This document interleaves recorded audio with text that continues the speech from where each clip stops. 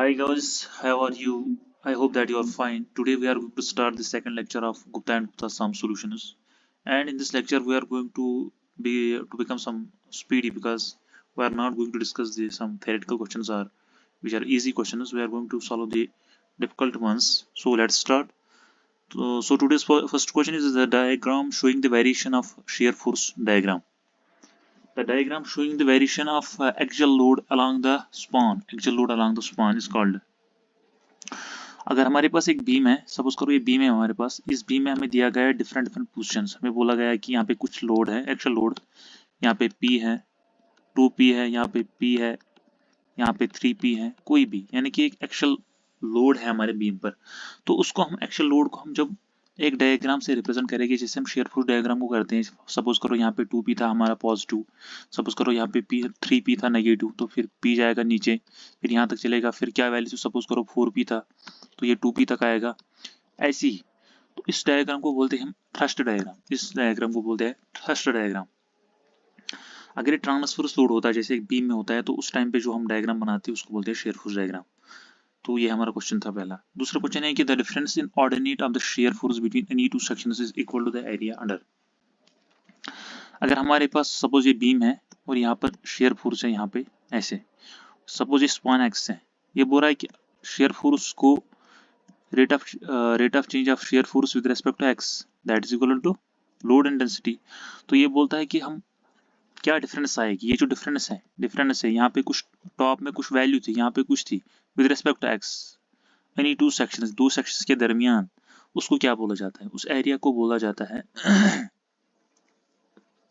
वो area under this load diagram आता है, दैट इज लोड करो between this two sections plus concentrated loads applied between the section. अगर concentrated load भी है तब वो भी आपको लेना है, अदरवाइज का जो आंसर आता वो ए आता। तो most appropriate of this question is A and D. Coming to the third question, the variation of the bending moment in the portion of beam carrying linearly varying load। एक linearly varying load है, suppose एक triangular load है, linearly varying है, तो इसका जो R D x की variation है, तो शेयर फोर्स की एक्स स्क्वायर आएगी और बेंडिंग मोमेंट की एक्स क्यूब आएगी, यानी कि जो इसका जो बेंडिंग मोमेंट है वो क्यूबिकली उसका वेरी हो जाएगा। तो फोर्थ क्वेश्चन क्या है हमारे पास, फोर्थ क्वेश्चन इज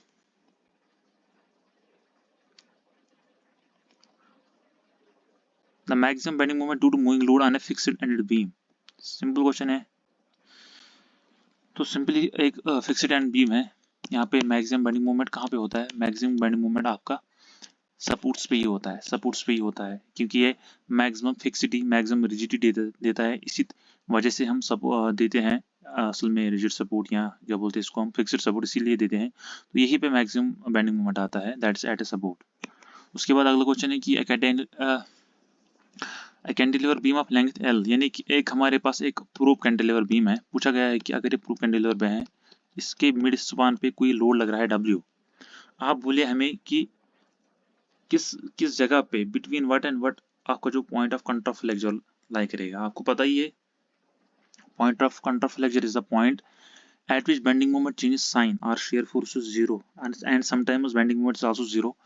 तो उस वजह से क्या बोलते हैं हम कि यहाँ पे अगर ये इसका मिड पॉइंट है एज गिवन इन क्वेश्चन, ये यहाँ पे मिड पॉइंट है इसका, तो ये L/2 है, ये L/2 है, यहाँ पे से ये फिक्स है, fixed proof cantilever. By using compatibility equation, ये जो यहाँ पर जो सपोर्ट रिएक्शंस आएगी आपकी, सपोर्ट रिएक्शंस आ रही है आपकी वो 11/16 इस साइड आ रही है, और इस साइड आएगी आपकी 5/16। देखो ट्रिक क्या है, ट्रिक इस क्वेश्चन की सबसे आसान ट्रिक यही है कि यहाँ पे आपका फिक्स्ड बीम है, फिक्स्ड एंड है, यहाँ पे आपका प्रूफ कैंटिलीवर है। जो आपका फिक्स है वो ज्यादा स्ट्रांग होगा, तो ज्यादा लोड कैरी कर सकता है, ज्यादा लोड कैरी कर सकता है, तो वहां पे रिएक्शन ज्यादा आएगी।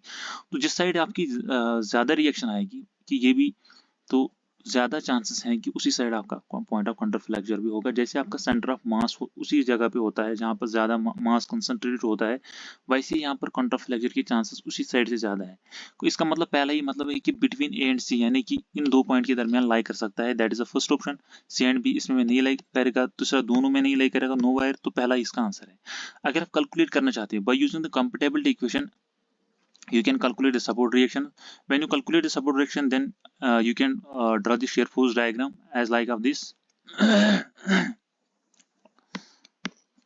After calculating the shear force diagram, you can calculate the bending moment by using similar triangle property or anything else. You can find the point of counterflexure will lie between the A and C.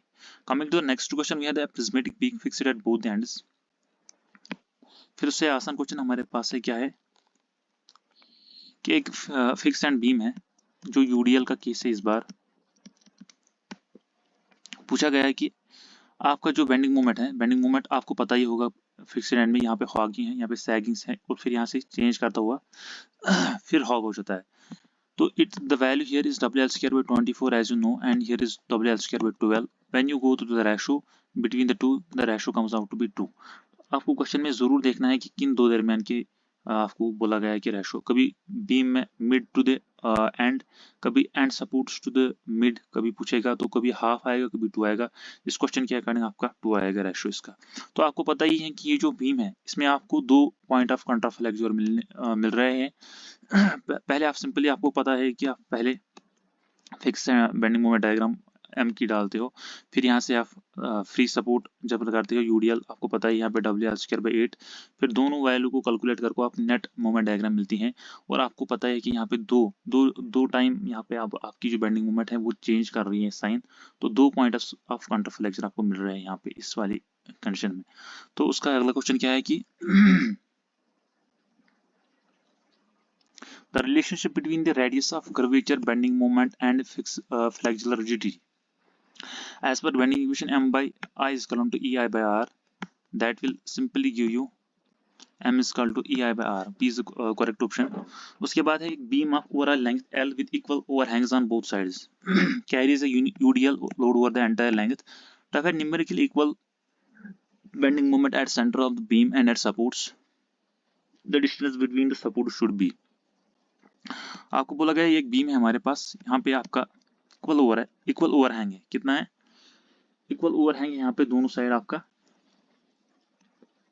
Suppose करो ये ए है और suppose करो ये UDL है और also इसने बोला है कि तो है numerically equal bending moment at centre, यहाँ पे इस सेक्शन पे और इस सेक्शन पे, इस या इस पे यानी कि सपोर्ट पे bending moment at centre should be equal to bending moment at supports, bending moment at supports। उसके लिए क्या होना चाहिए? उसके लिए ये डिस्टेंस जो है ये कितनी होनी चाहिए? टोटल डिस्टेंस जो गिवन दी गई है वो L दी गई है। तो आपको सिंपली क्या करना है, टोटल लोड इज WL, तो यहाँ पे WL/2 रिएक्शन आएगी क्योंकि सिमेट्रिकल बीम है। उसके बाद आपको सिंपली क्या कैलकुलेट करना है, यहाँ पे सेक्शन एक्स पे आपको, सेक्शन यानी कि सेंटर पे आपको इस टोटल लोड और इस टोटल रिएक्शन के करस्पॉन्डिंग आपको बेंडिंग मोमेंट करना है कैलकुलेट यहाँ पे। तो उसको इक्वेट करना है WA स्क्वायर बाई 2 से आपको बिटवीन रिलेशन मिल जाएगी। एंड जब आप वो फाइंड करोगे तो आपको मिलेगी जो दरमियान में आपकी जो डिस्टेंस आएगी, अगर ये ओवरहैंग था ये ए है तो ये टोटल स्पान का 0.586 L आ जाएगा, 0.586 L। इसको आप, इस रिजल्ट को आप रिमेंबर करिएगा।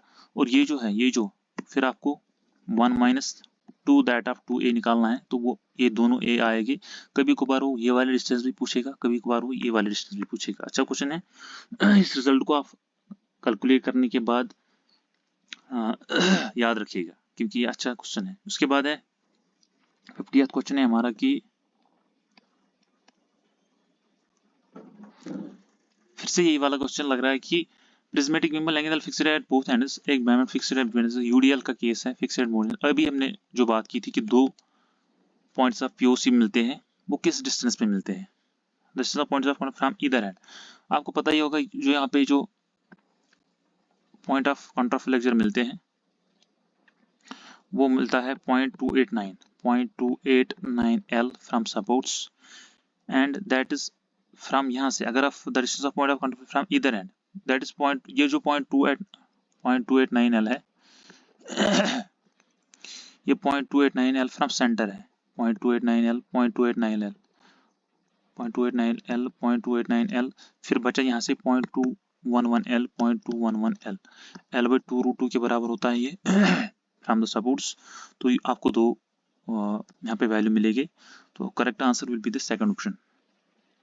अगर आपको इसको करना है, जैसे मैंने पहले बोला है, कैसे सिंपली आपको देखना है कि बेंडिंग मोमेंट कहाँ पे चेंज करता है sign, you have to calculate, you can use any of the method. आपको शेयर फोर्स 0 करो, बेंडिंग मोमेंट 0 करो, या सिंगल ट्रायंगल प्रॉपर्टी इस्तेमाल कर सकते हो और आप यहाँ पे कैलकुलेट कर सकते हो। वैसे आप सिंगल ट्रायंगल प्रॉपर्टी नहीं कर सकते क्योंकि यहाँ पे बेंडिंग मोमेंट आपकी पैराबोलिक बनेगी। उसके बाद है कि a simply supported beam of length L carries a load varying uniformly from 0 at left hand to maximum at right hand. The maximum bending moment occurs at a distance of। पूछा गया है कि एक बीम है हमारे पास, जो triangular load है उस पे आपको पूछा गया है कि आप बोले कहाँ पे आपका मैक्सिमम बेंडिंग मोमेंट लाई करेगा at a distance of. Simple question है, यहाँ ये वाला भी क्वेश्चन भी सिंपली है। Firstly you have to calculate the reactions, आपको रिएक्शंस कैलकुलेट करनी तो आएगी। इसका जो टोटल वेट है, टोटल जो वेट है that is area under the curve, that is WL/2। तो WL/2 कहाँ पे लाई करेगा, यहाँ से वो 2L/3, क्योंकि ट्रायंगुलर लोडिंग है, 2L/3 पे लाई करेगा। तो ये यहाँ से L/3 पे लाई करेगा, L/3 एंड 2L/3। इस हिसाब से उस टोटल लोड को आप दोनों लोड यानी कि W1 यानी कि R1 plus R2 will be equal to WL/2, then using the moment, that is summation of moment at any point, suppose ये हमारा A है, ये हमारा B है, अबाउट 0 करके आपको दोनों रिएक्शंस मिलेगी। तो रिएक्शन एट B, सपोज करो ये B है, वो WL/3 मिलेगा आपको यहाँ पे, एंड WA मिलेगा WL/6। फिर आप सिंपली आपको रिएक्शंस मिल गई, आपको क्या करना था, maximum bending moment occurs at, maximum bending moment कहाँ पे आएगा, वहाँ पे शेयर फोर्स 0 होगा। शेयर फोर्स की इक्वेशन लिखनी है कहीं x पे, वहाँ पे इसको 0 करना है, तो आपको L/3 from left hand, L/√3 from left hand, ये भी एक स्टैंडर्ड रिजल्ट है, इसको भी एज स्टैंडर्ड रिजल्ट की तरफ याद रखिएगा। ये भी अच्छा क्वेश्चन है, ESC में बहुत बार क्वेश्चन ये आया है। उसके बाद बोला है कि एक कैंटिलीवर बीम है carries a UDL over its entire length. आप बोलिएगा शेप्स ऑफ शेयर फोर्स रहेंगे, तो बिल्कुल आसान से कुछ नहीं आपको आएगी। उसके बाद पूछा है कि portion of beam between two sections is set in pure bending, जब उसमें क्या है कि बेंडिंग मोमेंट आपका कांस्टेंट, जैसे हमारे पास ये एक सिंपली सपोर्ट का केस होता है, उस पर अगर दो लोड लगते हैं, फिर हम उसको यूडीएल जब ड्रा करते हैं वो तो ऐसा आएगा। ये जो यहाँ इस सेक्शन में इस सेक्शन में आपका जो है बेंडिंग मोमेंट कांस्टेंट होता है, ये चेंज नहीं होता, तो उसको हम बोलते हैं ये प्योर बेंडिंग का केस है, या प्योर बेंडिंग इस सेक्शन में आएगी। तो प्योर बेंडिंग में आपका क्या होता है कि कांस्टेंट बेंडिंग मोमेंट होता है एंड 0 शेयर फोर्स मोमेंट होता है। जैसे हमारे पास ये वाला केस भी है, सपोज करो ये हमारा बीम है कोई, इस पे एक बेंडिंग मोमेंट लग रहा है खाली, तो ये प्योर बेंडिंग का केस है। सपोज ये सिंपली सपोर्ट बीम है, आपको दोनों साइड से आपको बेंडिंग मोमेंट लग रहा है, तो ये भी एक प्योर बेंडिंग का केस है। इसमें आपको खाली बेंडिंग होती है, शेयर फोर्स डायग्राम बिल्कुल एक लाइन आती है। उसके बाद पूछा गया है कि ratio of width to depth of a strongest beam that can be cut out of a cylindrical log of wood is। तो ये बहुत बढ़िया क्वेश्चन है, ये क्वेश्चन बहुत ही बार ESC में आया है और बहुत ही अच्छा है। इसको हम आराम से हम कैलकुलेट करेंगे कैसे आता है। तो सपोज हमारे पास अगर स्पेस अवेलेबल है, यहाँ पे कहाँ गया क्वेश्चन, ये हमारा क्वेश्चन है, आप इसको क्लियरली देखिएगा क्लियरली। तो यहाँ पे हमारे पास सपोज करो, मैं आपको इसको अगर थोड़ी सी स्पेस होगी ज़्यादा, हाँ यहाँ पे थोड़ी स्पेस अवेलेबल है, यहाँ पे मैं आपको दिखाता हूँ, आप देखिएगा कंप्लीट, आप देखिएगा इसको। सपोज करो हमारे पास एक सिलेंडर का लॉग ऑफ वुड है,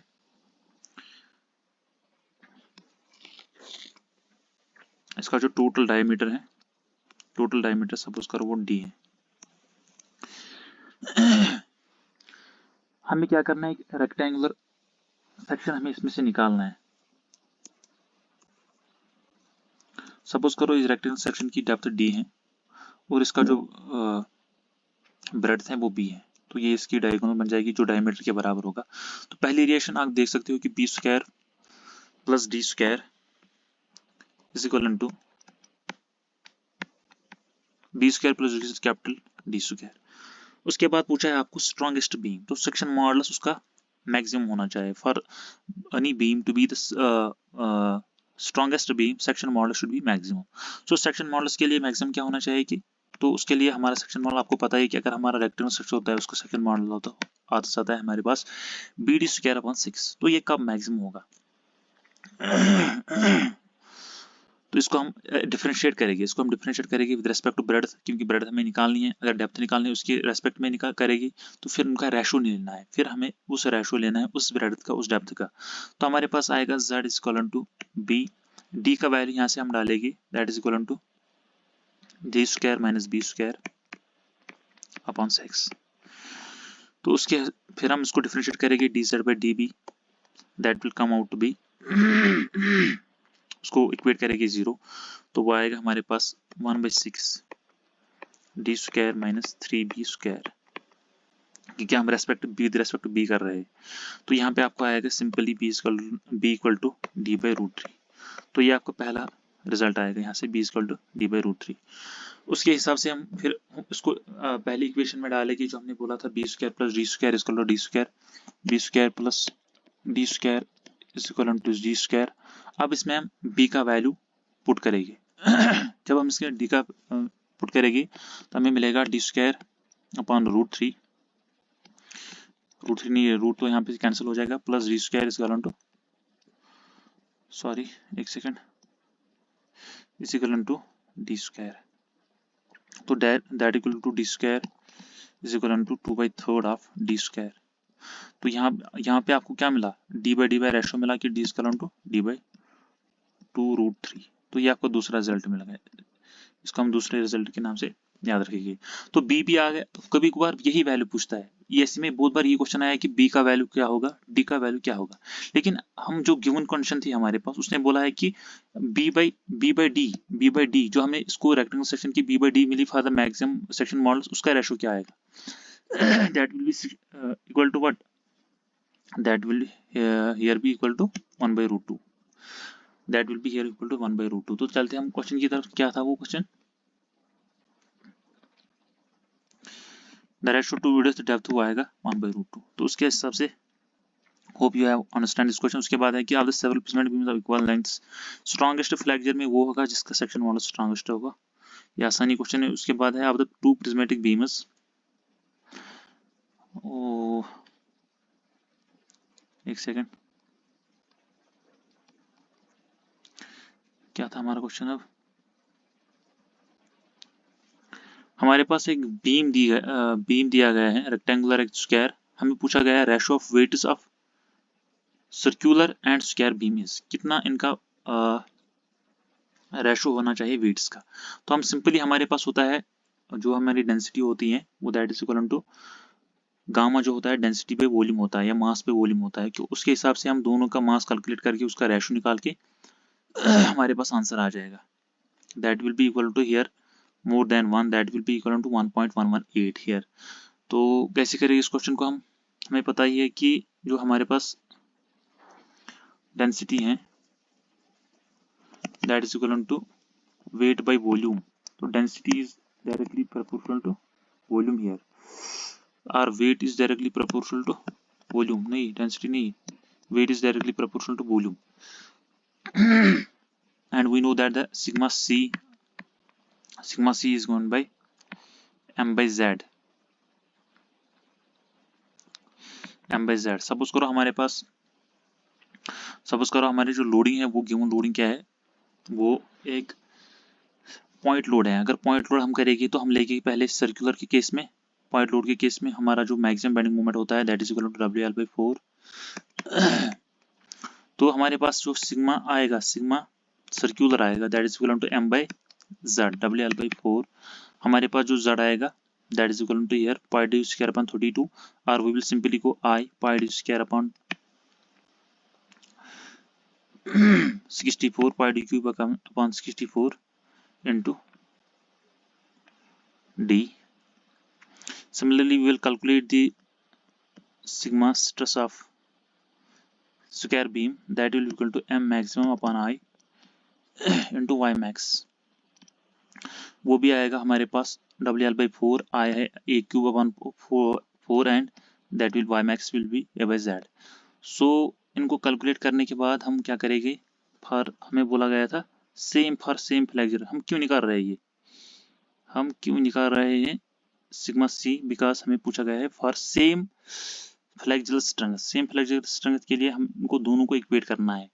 तो यहाँ पे हम AWL जो आएगा हमारे पास पाई डी क्यूब सर्कुलर का, उसको हम 3WL अपॉन 2A क्यूब हमें इक्वेट करना है। यहाँ पे हमें रिलेशन मिलेगी W(C) W(S) में, that will be equal to π/4 dA²।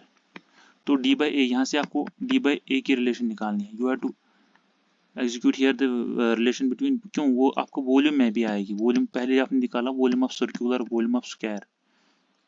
एक सेकंड, इसको मैं थोड़ा क्लियर कर देता हूँ यहाँ पे।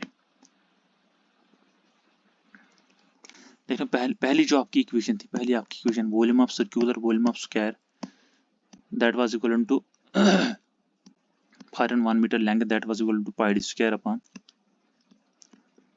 4a², that is equal to area into length, that is equal to πd² 4a²। यहाँ पे आपको मिला π/4 a² d/a²।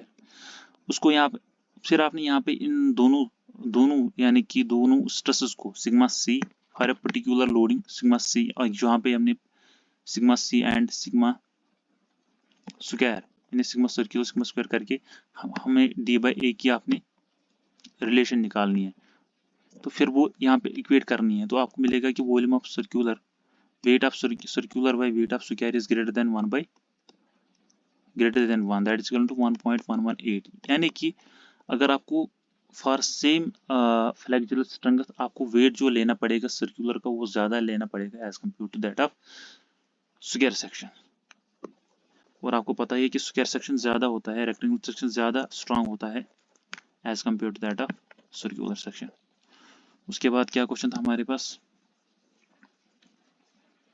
सिंपली आपको क्या करना है, firstly you have to go, आपने बोला था इक्वल वेट्स, तो वेट को इक्वेट करना है। आपको मिलेगा relation between the ratio between the weight of circular to that of square will be some value, that will be equal to π/4 D/A। उसके बाद आप D/A कैसे कैलकुलेट करोगे, D/A आपको for same flexural strength you have to equate the shear bending stresses and you will get the value of D/A. Then putting the value in equation first, you will get the ratio between the circular weight of circular to that of square, that will be equal to 1.1/8 in this case. उसके बाद एक फ्लेक्टेड beam है, बिल्कुल simple question है। यहाँ पे एक फ्लेक्टेड beam है, consider wooden just 150 wide and 30, देखो ये 150 mm वाइड है, ये 300 mm डीप है। उसके बाद बोला इसने कि strengthen by steel plates 10 mm thick and 300 mm deep, यानी कि ये थिकनेस उनकी 10 mm है, ये थिकनेस उनकी 10 mm है। फिर हमने क्या किया है, 300 mm उनकी डेप्थ है, हमने उसको स्ट्रॉन्ग किया। If modulus of steel is 20 that of wood then the width of the equivalent wooden section, wooden section की इक्विवेलेंट वुडन सेक्शन की। देखो हमारे पास वुडन सेक्शन वीक है, इसका इलास्टिक मॉडल्स कम है, तो इसकी विड्थ कंपैरेटिवली ज्यादा आएगी, इसकी विड्थ कंपैरेटिवली ज्यादा आएगी। We know that the m model that is equal to the model ratio is equal to ES upon E wood here।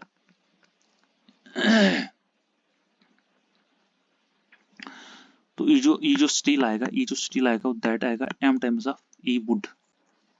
हमें निकालना है width of equivalent section of would. तो हमारे पास ऑलरेडी विड्थ दी गई है इसको सिंपली क्या आएगा, that will be simply equal to 10 into 20 plus 150 plus 10 into 20। देखो इस 10 को आपको 20 के साथ, इस 10 को आप 20 के साथ प्लस ये खुद की विड्थ जो कितनी थी 150 mm।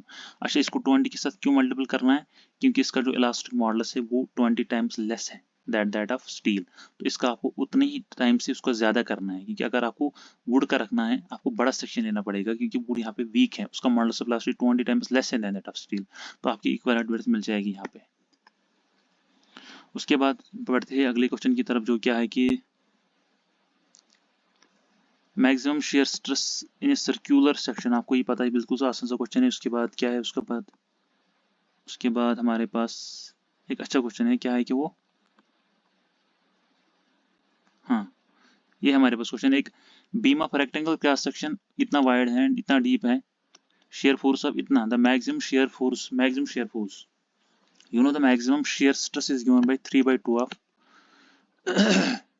tau average यहाँ पे आपको आता है फोर्स बाय BH, क्योंकि आपकी जो ये ब्रेड है, ये हाइट है, तो B H F by B H आएगा। एफ बाई बी एच आपको एफ फोर्स कितना दिया गया है 20 किलो न्यूटन, उसको 3/2 से मल्टीपल करना है जरूरी, you should have to remember that, इसको 3/2 से मल्टीपल करना है। तो आपको क्या वैल्यू मिलती है यहाँ पे आपको 1.125, शायद बुक कहाँ गई, that will be equal to your 1.5 year, that will be equal to 1.5 newton M square. ये भी यहाँ पे याद रखना है कि 3/2 से मल्टीपल करना है। उसके बाद है कि एकदम मैक्सिमम, यह कि फिर से एक फ्लेक्चर्ड बीम है, एकदम maximum flexure stress in the joist of flexured beam shown in figure 10.37, then the maximum stress reached in steel, steel में कितना आएगा, उसमें आएगा 7 into 10.3, that is equal to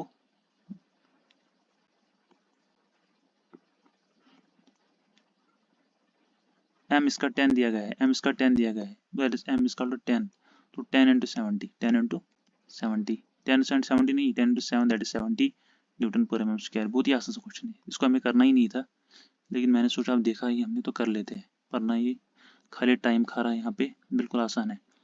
उसके बाद ये आधा ही क्वेश्चन आया है, the beam of square cross section जिसकी साइड 100 mm है, पहले इसको बना लेते हैं, एक स्क्वायर सेक्शन है विद 100 mm स्पेस। अच्छा ऐसे पूछ, ऐसे ऐसे हमने रखना है इसको, ऐसे रखना है हमने, जैसे एक डायमंड सेक्शन है,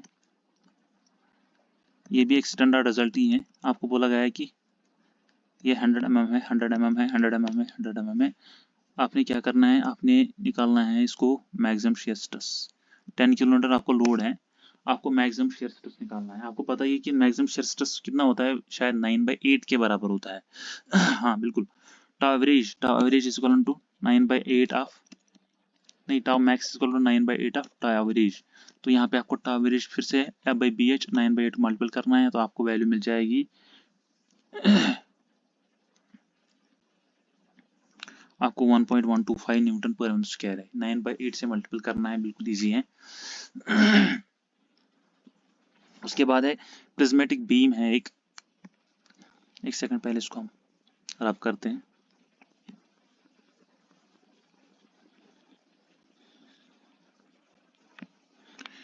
एक prismatic beam is subject to pure bending moment, आपको जब प्योर बेंडिंग मोमेंट आएगी तो that is equal to m by i is equal to e i by r, तो r i by r that is equal to r is equal to e i by m, ये constant radius होगी कि bending moment constant है, e i आपका constant आएगा, तो radius किसमें constant होता है, सर्कल में होता है, that is equal to arc of a circle.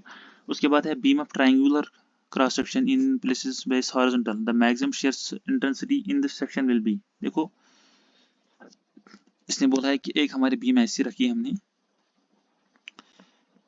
तो maximum shear stress intensity in the section will B कहाँ पे होगी, एट द न्यूट्रल एक्सिस होगी, न्यूट्रल एक्सिस होगी, at the base above the neutral axis and below the neutral axis. देखिए neutral axis कहाँ पे लाई करेगी, वो यहाँ से 2h/3 के ऊपर लाएगी, यहाँ से l/3 यानी h/3 के ऊपर लाई करेगी, तो 2h/3 यहाँ पे h/2 पे होता है हमें मैक्सिमम, क्योंकि शेयर फोर्स डायग्राम जो बनती है वो ऐसे बनती है, वो h/2 पे मैक्सिमम होती है, that is above the neutral axis, that is above the neutral axis. उसके बाद पूछा गया है कि एक बीम है आई सेक्शन, एक है जो हमारे पास जो आई सेक्शन है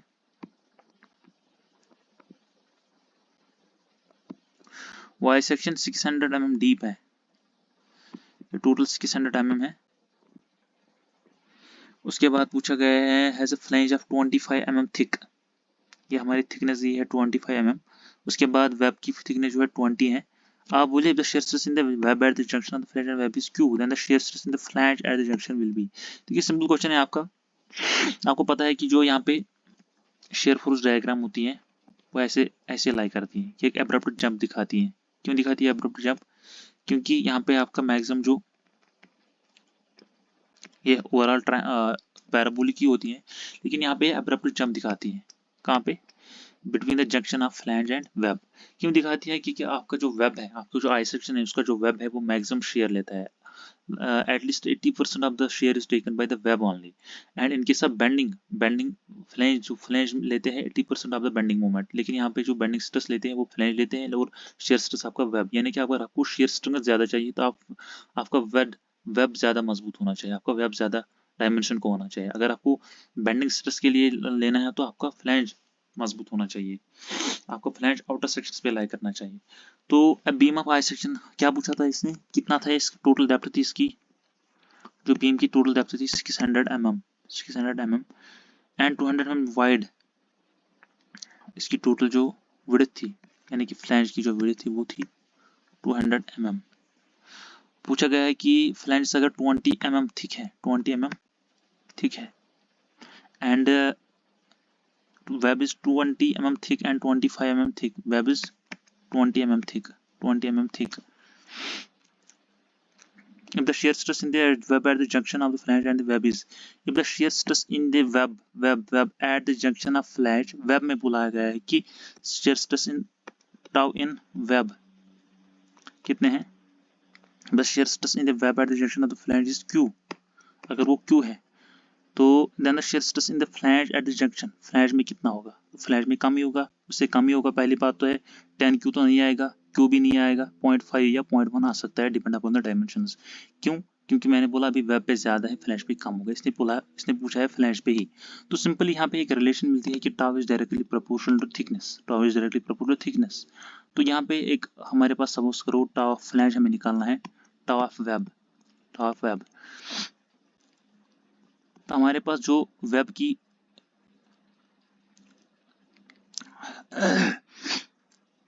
जो हमारे वेब में जो मैक्सिमम कितनी थी थिकनेस हमारे पास, वो थी 200 mm, that was 200 mm and जो हमारे पास फ्लैंज की जो वेब के जहाँ पे थी वो कितनी थी, that was 20 mm, that was 20 mm। तो this is goes 2 1s are 2, that is equal to 0.1 Q, that is D is the correct option for this question. Hope you understand this. I have already make it understand by orally and also by using the equation. बिल्कुल simple question है, आपका जो previous AE था उसमें ये question आया है, इस जैसा ही क्वेश्चन ये नहीं आया, इस जैसा क्वेश्चन आया जो पहले में 2021 में जो AE का एग्जाम हुआ था उसमें ऐसा क्वेश्चन आया था, बिल्कुल आसान है। Beam of uniform strength has a very cross section है, ये आपको पता ही, उसमें क्या होता है कि उसमें आपके बेंडिंग स्ट्रेसेस होते हैं एवरी सेक्शन पे सेम। उसके बाद पूछा है कि share centre in the channel section, एक चैनल सेक्शन है उसका शेयर, ये आपको चैनल सेक्शन आपको पता ही है, वो यहाँ पे बी पे लाई करता है आउटसाइड द चैनल। अगर ये क्लोजर होता फिर सेंटर में आएगा, ओपन है चैनल सेक्शन, बी में क्यों है, बी पे क्यों है ये, इस वाली अगर ये एक कोर थी, सपोज करो ये एक वाई एक्सिस थी इसकी, उस पर नहीं हो सकता क्योंकि उसने बोला है कि हमेशा एक उस एक्सिस होगी जो सिमेट्रिकल होगी, क्योंकि this is the symmetrical about x axis, x axis पे लाई करेगा लेकिन यहाँ पे बाहर करेगा लाई, क्योंकि एक चैनल सेक्शन क्या है ओपन, और उसकी वैल्यू कितनी होती है कि अगर वो चैनल सेक्शन के केस में that is equal to B square H square T upon 4i, and b is the breadth, h is the height, t is the thickness and 4i is the modulus of elasticity। उसके बाद हमारा question क्या है, for no torsion the plane of bending pass to the shear centre of section. यहाँ पे आपको simply आपका plane of bending की डेफिनेशन पूछी है, आपको आसानी क्वेश्चन है। उसके बाद है two beam is one of circular and other of square cross section, if subject to bending कौन हमारे पास ज्यादा इकोनॉमिकल होगा। आपको पता ही है, हमने ऑलरेडी पढ़ा है, बहुत बार पढ़ा है कि अभी हमने पढ़ा है कि circular section is more economical, square both sections no, square section is more economical, क्योंकि for the same dimensions we have, इसका जो सेक्शन मॉडुलस होता है वो ज्यादा होता है, उसका रेशो मोर देन 1 आता है। यहाँ पे आपका स्क्वायर सेक्शन ही ज्यादा, आप सिंपली फॉर एग्जांपल अगर आपको दो बीम है, आप उनको एक इक्वल डायमेंशन में लेके आप फॉर एग्जांपल हमारे पास जो ऊपर वाला क्वेश्चन है वैसा ही है, सपोज करो हमारे पास pi square by 4 is the area of circular and a square, that is if A is the dimension of square, इनको इक्वेट करके आपको a by d का यहाँ पे वैल्यू मिलेगी दैट इज इक्वल टू जो पहला की वैसे ही है 1.128 a। उसके बाद आपको z of square and z of circular करो, यहाँ पे a क्यूब बाई 6 आपको पता ही है इसका, और पाई d को क्यूब बाई 32 आपको ऑलरेडी वैल्यू दी गई है, तो आपको जो आएगा वो that is equal to 1.182, that is equal to more than 1। इसका मतलब है कि स्क्वायर सेक्शन का ज़्यादा मॉडुलस ऑफ सेक्शन मॉडुलस है एज कम्पेयर टू सर्कुलर। इसका मतलब ये है कि ये ज़्यादा स्ट्रॉन्ग है, और ज़्यादा स्ट्रॉन्ग आपको कम मटेरियल लगेगा इसका, तो that is more economical. The portion which should be removed from the top of circular section of diameter d to obtain that is equal to 0.1%, 0.1% that is C। ये आपका standard result है। Standard result आपको याद रखनी पड़ेगी। आपका diamond section में कितना निकालना पड़ेगा? डायमंड सेक्शन में 1/9 of y, y is height, इसमें एक आता है डायमेंशन, इसमें एक साइड से आता है, दैट इज 1/9 ऑफ y। और यहाँ पे अगर आपका सर्कुलर है, यू हैव टू रिमूव 0.1%। आपको देखा गया है कि अगर आप 0.1% रिमूव भी करते हो तो आपको क्या आता है कि आपका सेक्शन मॉडुलस इंक्रीज होता है इसकी वजह से।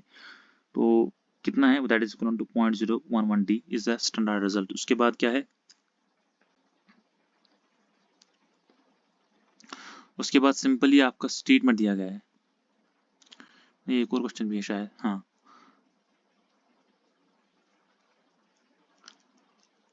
हाँ बिल्कुल।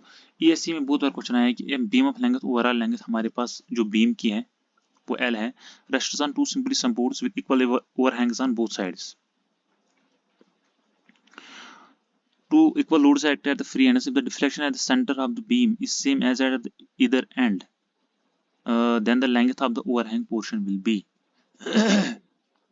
बिल्कुल आसान सा क्वेश्चन है। आपको सिंपली जैसे आपने बेंडिंग मोड वहां पे इक्वेट किया था, यहाँ पे आपको ये दोनों चीजें इक्वेट करनी है। क्या बोला है कि beam of over length illustration to simply support both sides. वहां पे यूडीएल था, वहां पे यूडीएल था केस, यहाँ पे यूडीएल नहीं है। यहाँ पे आपको सिंपली सपोर्ट का केस दिया गया है। सॉरी, इसमें क्या हुआ? एक second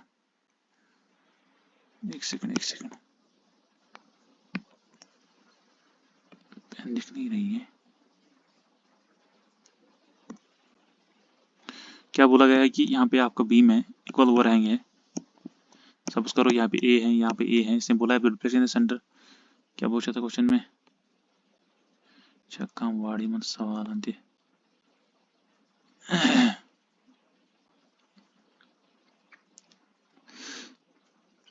equal variation two sides, two equal loads act at the free ends. यहाँ पे है P है यहाँ पे भी। Two equal loads act at the free end, if the deflection at the centre of the beam is same as at either end. यहाँ पे कितना आएगा? That is equal to PA³/3EI। और आपको यहाँ पे निकलना है कि आपको क्या करो काम, इसको PA निकलो यहाँ से, PA निकालो यहाँ से। आपको फिर पता ही है कि सेंटर पे WL³/AT/E आया है। उन दोनों को इक्वेट करके आपको दो रिलेशन मिलेगी। A is equal to 0.1 0.2L। जब A का वैल्यू मिल जाएगा तो आपको B इसका भी मिल जाएगा। A यहाँ से तो B का 0.696 मिल जाएगा, इसका 0.1.2L लगता है। आपको सिंपली क्या करना है, दोनों जगह पे इसका करना है, उसको इक्वेट करना है डिफ्लेक्शन को। उसके बाद सिंपली स्टेटमेंट पूछा गया है मैक्सिमम रेसिप्रोकल थ्योरम का, आपको आराम से मिल जाएगा वो, that is the simplest question. उसके बाद पूछा गया है slope at the end of a simply supported beam. Slope पूछा है WL²/CWL³/16EI, WL³/24EI। Simply supported beam क्योंकि यूडीएल है, यूडीएल का केस है। प्रॉपरली इन क्वेश्चन को रीड करो, यहाँ पे यूडीएल का केस है।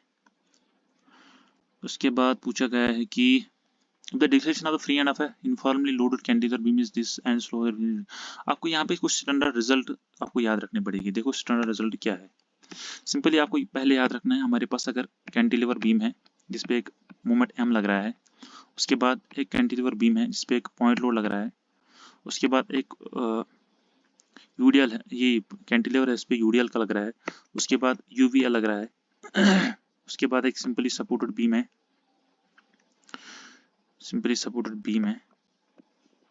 और उसके बाद सिंपली सपोर्टेड बीम है, और यहाँ पे पॉइंट लोड लग रहा है P।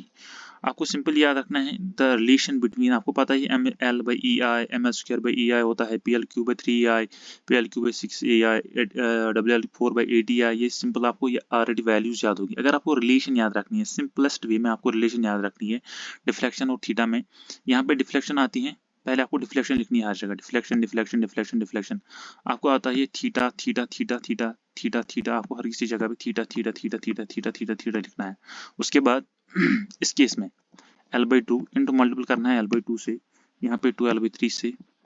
देखो यहाँ पे 2 है, 2L/3 एक इंक्रीज हुआ 3L/4, उसके बाद 4L/5, उसके बाद L/3, उसके बाद 5L/16, उसके बाद 5L/16।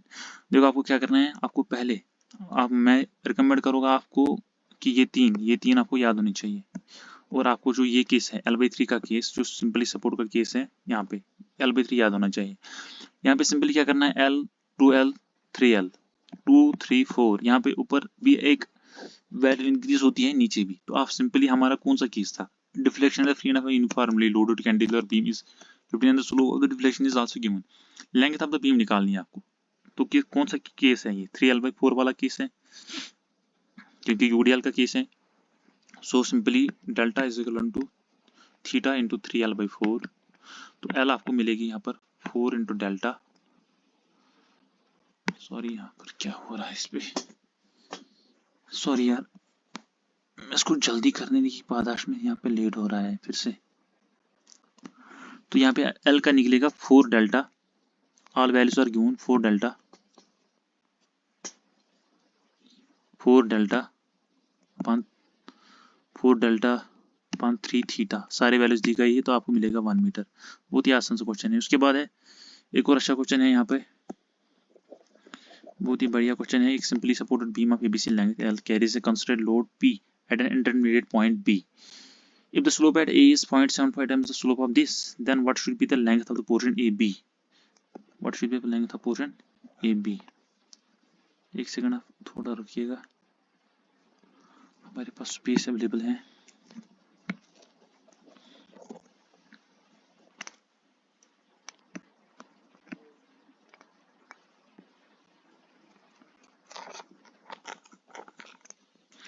तो सिंपली आपको एक बीम दी गई है, आपको पूछा गया है एक सिंपली सपोर्टेड है, क्या हुआ इसको यार,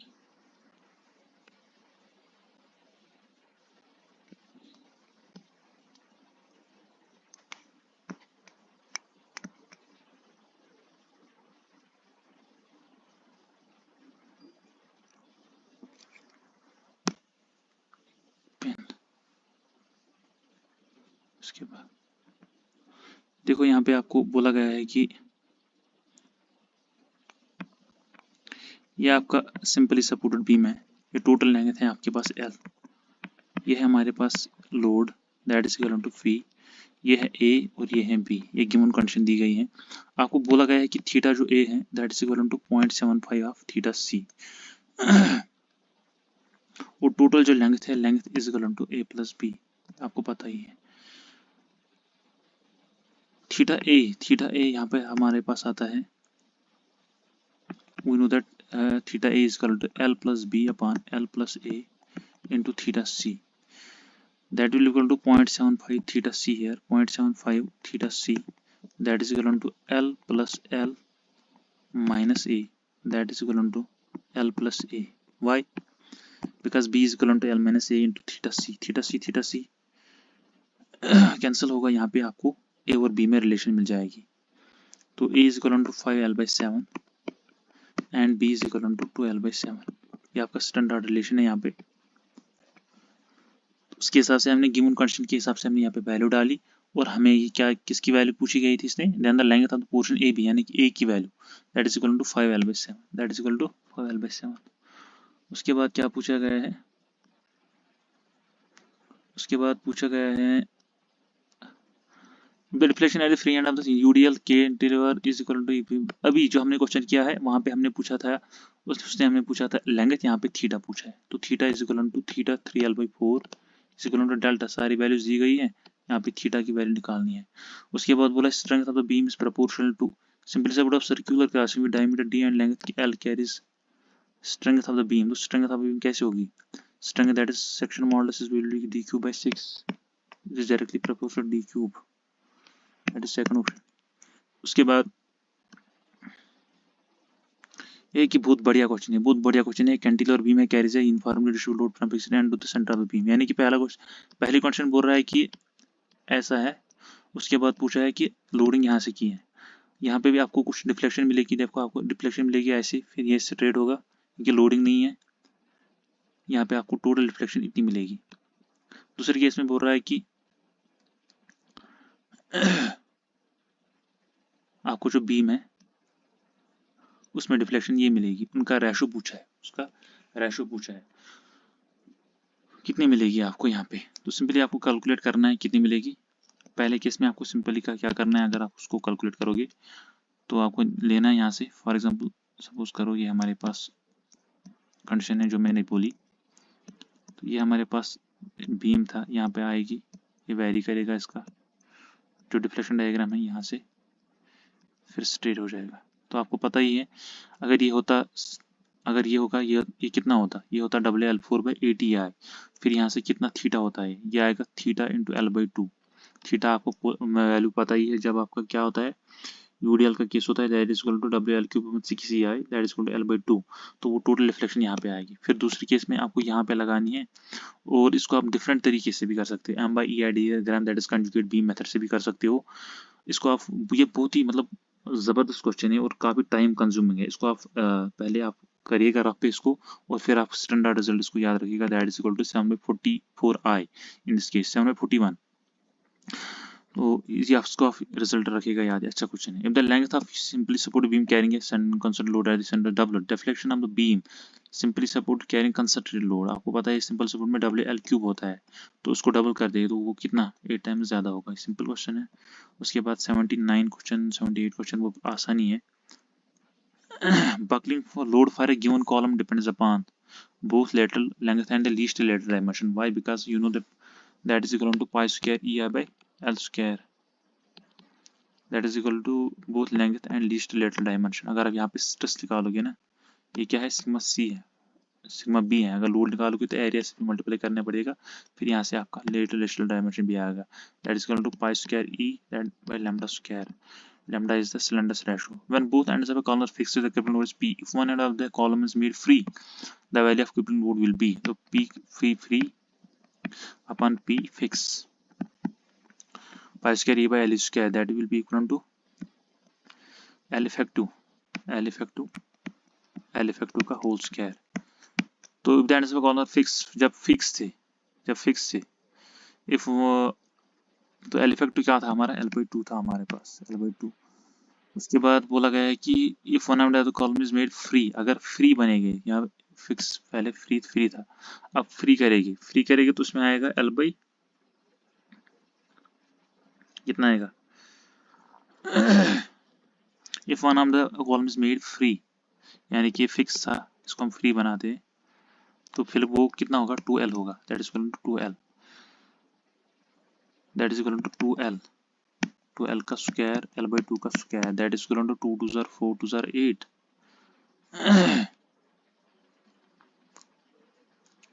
2 4 4 16, that is equal to 16, sorry, that will be P/16। simplest question है, ऐसी खामखा।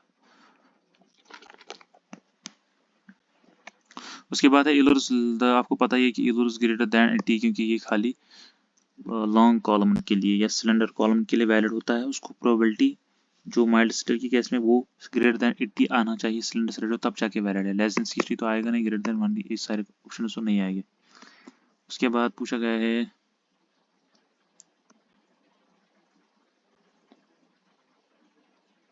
a long column has maximum crippling load when it is both ends are fixed। simplest question, expected length of chimney of 20 meter, highest thickness 40 meter, because it will be a chimney and it will be 20 and L effective will be 12 40। ये question शायद आया था हाल ही में, ranks for columns valid when cylinder slide between has any value, rank है ना, अच्छा Rankine formula है, Rankines formula have any value।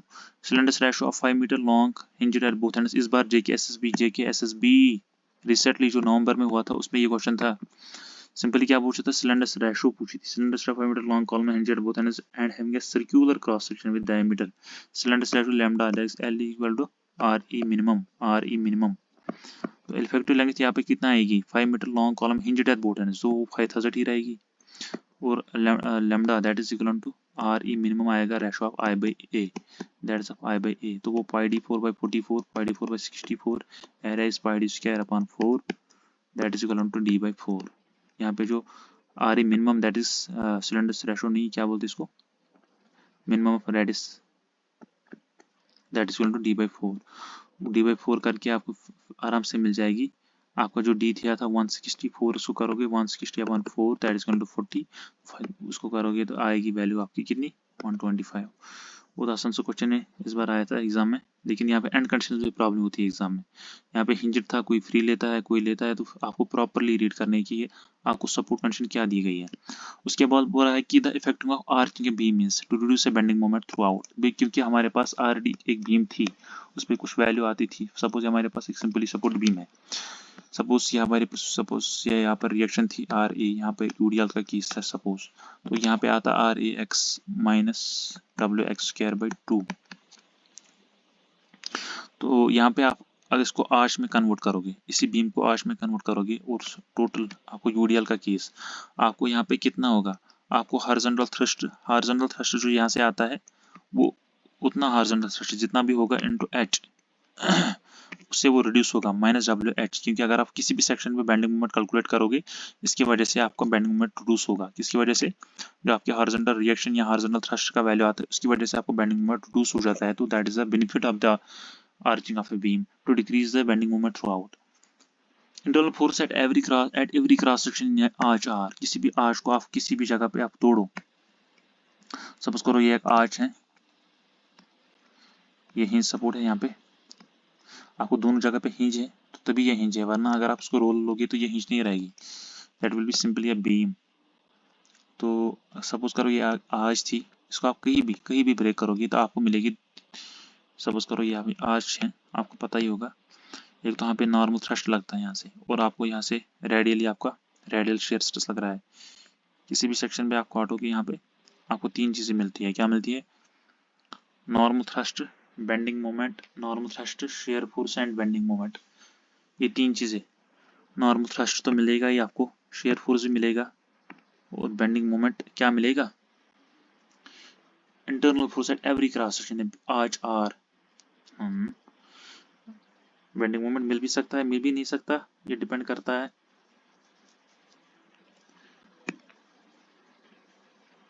आपकी पैराबोलिक आर्च कौन आ रही है, लेकिन जनरल केस में हम लेंगे कि तीनों चीजें आती हैं किसी भी section, bending moment and X there will be the value.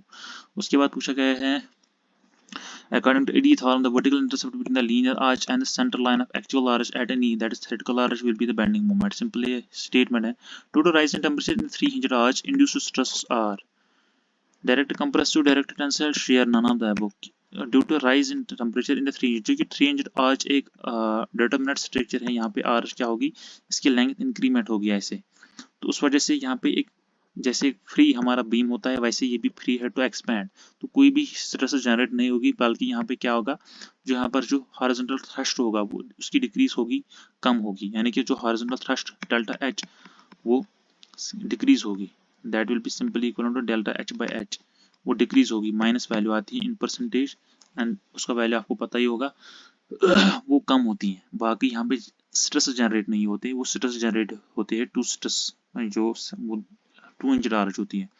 In a three hinged arch the linear and the actual arch meet at least 3 points. उसके बाद कुछ थ्योरेटिकल क्वेश्चन, ये आराम से आप इनको कर सकते हो, कोई लंबे क्वेश्चन नहीं है। उसके बाद क्या है, तो इसमें हमारा जो यहाँ पे 100 क्वेश्चन है वो कंप्लीट हो जाएंगे। There is a completion of 100 questions here. यहाँ पर जो 100 वाला क्वेश्चन है वो नहीं आया है, I will check that in a book what was the 100th question, we will try to solve that. तो हमारे क्योंकि वो सॉल्व करने वाला क्वेश्चन है, उसके बाद उसके जो बहुत आगे क्वेश्चन है वो सारे, हाँ। What is the 100th question? 100th question is that if the center rise of central parabolic r is h, then the rise of r is at quarter points.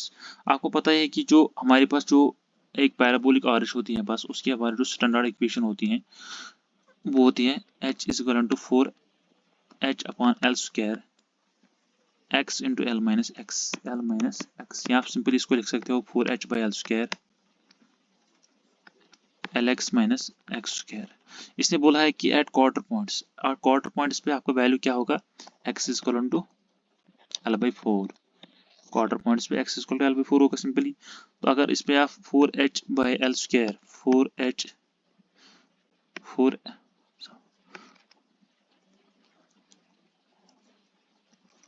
4h by L square into L by 4 x की value into L minus L by 4, इसको आप solve करेंगे that will B 3h/4। आपको simply क्या रखनी है, parabolic arch के लिए आपको इक्वेशन याद रखनी है 4h/l² जो उसकी स्टैंडर्ड होती है xl - 2x, जो आपने डिग्री में ये भी की होगी, क्या बोलते हैं इसको, प्रूव भी कहीं की होगी। तो आपको रखना है कि सेंटर राइज की होती है, राइज की जो इक्वेशन होती है वो 4h, सॉरी यार इसको क्या हुआ है बार बार, इसको एक्चुअली बाई टच लगता है हैंड का, तो इसीलिए बिगड़ जाता है। 4h/l² x into l minus x. Well, that will be the end of this session. Hopefully you have got some kind of little bit some boost up or how to find solve the problems. अगर आपने कुछ सीखा हो यार तो इसको channel को subscribe